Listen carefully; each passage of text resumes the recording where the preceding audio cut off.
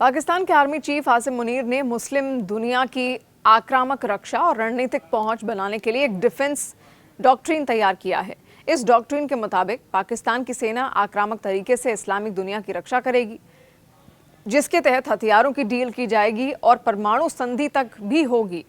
भारत के रक्षा सूत्रों ने इसे रक्षा कूटनीति का एक नया सिद्धांत बताया है। इस कूटनीति के तहत आसिम मुनीर पाकिस्तान को मुस्लिम देशों के बीच एक भरोसेमंद सैन्य सप्लायर और रणनीतिक भागीदार के रूप में पेश कर रहा है। सूत्रों के मुताबिक सऊदी अरब के साथ रणनीतिक समझौता होने के बाद आसिम मुनीर ने इस समझौते को और तेजी से बढ़ाना शुरू कर दिया, जिससे मध्य पूर्व में क्षेत्रीय शक्ति संतुलन बदलना अब शुरू हो चुका है। शीर्ष खुफिया सूत्रों के हवाले से CNN न्यूज़ 18 ने अपनी एक रिपोर्ट में कहा है कि दुनिया के ताकतवर इस्लामिक देशों के लिए पाकिस्तान की रणनीति सिर्फ पारंपरिक हथियारों तक ही सीमित नहीं है, बल्कि पाकिस्तान को एकमात्र परमाणु बम वाले इस्लामिक देश के तौर पर देखा जाता है। आसिम मुनीर ने इस डॉक्ट्रिन को तेजी से बढ़ाया और पाकिस्तान के डिफेंस आउटरीच को तेजी से बढ़ाने की कोशिश की। हालांकि अभी तक पाकिस्तान की सेना ने अपने परमाणु हथियार को ट्रांसफर करने या उसे शेयर करने के लिए कोई डील नहीं की है, लेकिन सूत्रों का यह मानना है कि जिन देशों को इजरायल से ज्यादा खतरा है, उन देशों को पाकिस्तान अपनी परमाणु छतरी का रणनीतिक भरोसा देने की कोशिश कर रहा है। भारत के शीर्ष सुरक्षा सूत्रों का यह दावा है कि सऊदी अरब के पास एडवांस्ड इंटेलिजेंस असेसमेंट थे, जिनसे यमन, इजरायल, फिलिस्तीन और उत्तरी और पूर्वी अफ्रीका के कुछ हिस्सों, जिसमें लीबिया, सूडान, सोमालिया और सोमालीलैंड जैसे देश शामिल हैं, उन देशों में बढ़ती अस्थिरता का पता चलता था। इसके साथ ही सऊदी UAE के बीच उभरते तनाव को लेकर भी सऊदी अरब में चिंताएं थीं। इसीलिए सऊदी अरब ने शुरुआती आकलन के आधार पर पाकिस्तान के साथ रणनीतिक सैन्य समझौता कर लिया। सऊदी ये जानता है कि पाकिस्तानी सेना को वो अपने इशारे पर लड़ने के लिए बुला सकता है। सुरक्षा सूत्रों ने बताया कि तुर्की भी इसी रणनीति के तहत सऊदी पाकिस्तान के सैन्य समझौते में शामिल होना चाहता है। सिर्फ तुर्की नहीं, बांग्लादेश के साथ कई और मुस्लिम देश भी पाकिस्तान के साथ इसी तरह का रक्षा समझौता करना चाहते हैं। खासकर मौजूदा समय में जिस तरह से जियोपॉलिटिकल अस्थिरता बनी हुई है, उस हालात में ज़्यादातर इस्लामिक देश अपने आप को सुरक्षा के लिए पाकिस्तान की परमाणु छतरी के नीचे आने की कोशिश कर रहे हैं। रिपोर्ट के मुताबिक पाकिस्तान के उप प्रधानमंत्री इशाक डार, जो देश के विदेश मंत्री भी हैं, उन्होंने पत्रकारों को बताया कि करीब 8 मुस्लिम देशों ने औपचारिक या फिर अनौपचारिक रूप से इस्लामाबाद के साथ रक्षा साझेदारी की संभावना तलाशी है।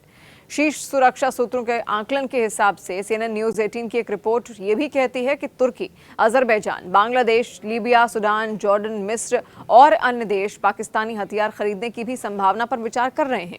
माना जा रहा है कि पाकिस्तान ने मौजूदा वित्तीय वर्ष 2025-26 में करीब 8 अरब के रक्षा निर्यात ऑर्डर हासिल किए हैं और अगले 3 से 5 वर्षों में उसने $20 अरब तक हथियार बेचने का लक्ष्य भी रखा है। सूत्रों के मुताबिक जिन बड़े रक्षा सौदों का जिक्र किया गया है, उनमें सऊदी अरब के साथ संभावित JF-17 लड़ाकू विमान समझौता $3.7 अरब का, अजरबैजान के साथ 40 JF-17 विमानों के लिए $4.6 अरब का समझौता और UAE के बैंकिंग चैनलों के रास्ते लीबिया के साथ लगभग $2 अरब का हथियार सौदा शामिल है। सूडान ने भी कथित तौर पर $1.1 अरब का हथियारों का समझौता पाकिस्तान के साथ किया है, जबकि बांग्लादेश को लेकर भी ऐसी रिपोर्ट्स हैं कि वो पाकिस्तान के साथ $1 अरब का रक्षा समझौता अब करने वाला है। आइए अब जानते हैं कि बांग्लादेश पाकिस्तान से ही फाइटर जेट आखिर क्यों खरीद रहा है, जब वहां पर इस तरीके के हालात हैं और एक युद्ध वो पाकिस्तान के खिलाफ 1971 में लड़ चुका है। चीन या फिर अमेरिका से आखिर वो हथियार क्यों नहीं ले रहा? देखिए, अब ये JF-17 एक संयुक्त रूप से विकसित फाइटर एयरक्राफ्ट है, जिसे पाकिस्तान एरोनॉटिकल कॉम्प्लेक्स और चीन ने मिलकर तैयार किया है। ये प्रोजेक्ट 1990 के दशक में शुरू हुआ था और इसका प्रोडक्शन 2000 के दशक की शुरुआत में पाकिस्तान के पंजाब प्रांत के कामरा में शुरू हुआ। एयरक्राफ्ट का लगभग 58% हिस्सा पाकिस्तान में और 42% हिस्सा चीन में बनाया जाता है। आपको बता दें कि इसकी फाइनल असेंबलिंग पाकिस्तान में ही होती है। हर संभावित सौदे के पीछे सबसे बड़ी वजह यह है कि बांग्लादेश वायुसेना के बड़े बेड़े पुराने हो चुके हैं और बांग्लादेश वायुसेना फिलहाल मुख्य रूप से चीनी F-7 फाइटर और काफ़ी सीमित संख्या में रूसी MiG-29 पर निर्भर है। बांग्लादेश एक आधुनिक लेकिन किफ़ायती विकल्प को तलाश रहा है। लागत के फायदे मामले में JF-17 को काफ़ी बढ़त मिली है। अमेरिकी F-16 या F-18 जैसी पश्चिमी फाइटर जेट की कीमत काफ़ी ज़्यादा होती है। ये कीमत खरीदने के साथ साथ चलाने और रखरखाव में भी काफ़ी ज़्यादा होती है। पाकिस्तान ट्रेनिंग, स्पेयर पार्ट्स, रखरखाव और लॉन्ग टर्म सपोर्ट पैकेज दे रहा है। वैसे तो बांग्लादेश डायरेक्ट चीनी विमान भी खरीद सकता था, लेकिन ये एयरक्राफ्ट चीनी एवियोनिक्स इंजन और हथियारों का इस्तेमाल करता है। इस वजह से बांग्लादेश उन सिस्टम के साथ तालमेल बनाए रखना चाहता है जिन्हें वो पहले से ही इस्तेमाल कर रहा है। एक और सबसे बड़ी वजह राजनीति है। बीते कुछ समय में बांग्लादेश में राजनीतिक नेतृत्व में बदलाव के बाद से ढाका और इस्लामाबाद के बीच संबंधों में काफी सुधार देखने को मिला है। रक्षा सहयोग को दशकों से ठंडे पड़े संबंधों को फिर से बनाने के तरीके के रूप में देखा जा रहा है। ऐसा कहा जा रहा है कि इस डील में एक क्षेत्रीय राजनीतिक संदेश भी है।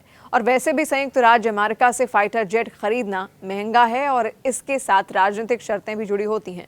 अमेरिका अक्सर विदेश नीति, मानवाधिकारों की चिंता और अंतिम इस्तेमाल की निगरानी से जुड़े हुए प्रतिबंध में शामिल करता है और यही वजह है कि बांग्लादेश उसके साथ अब फिर से एक डील करना चाहता है।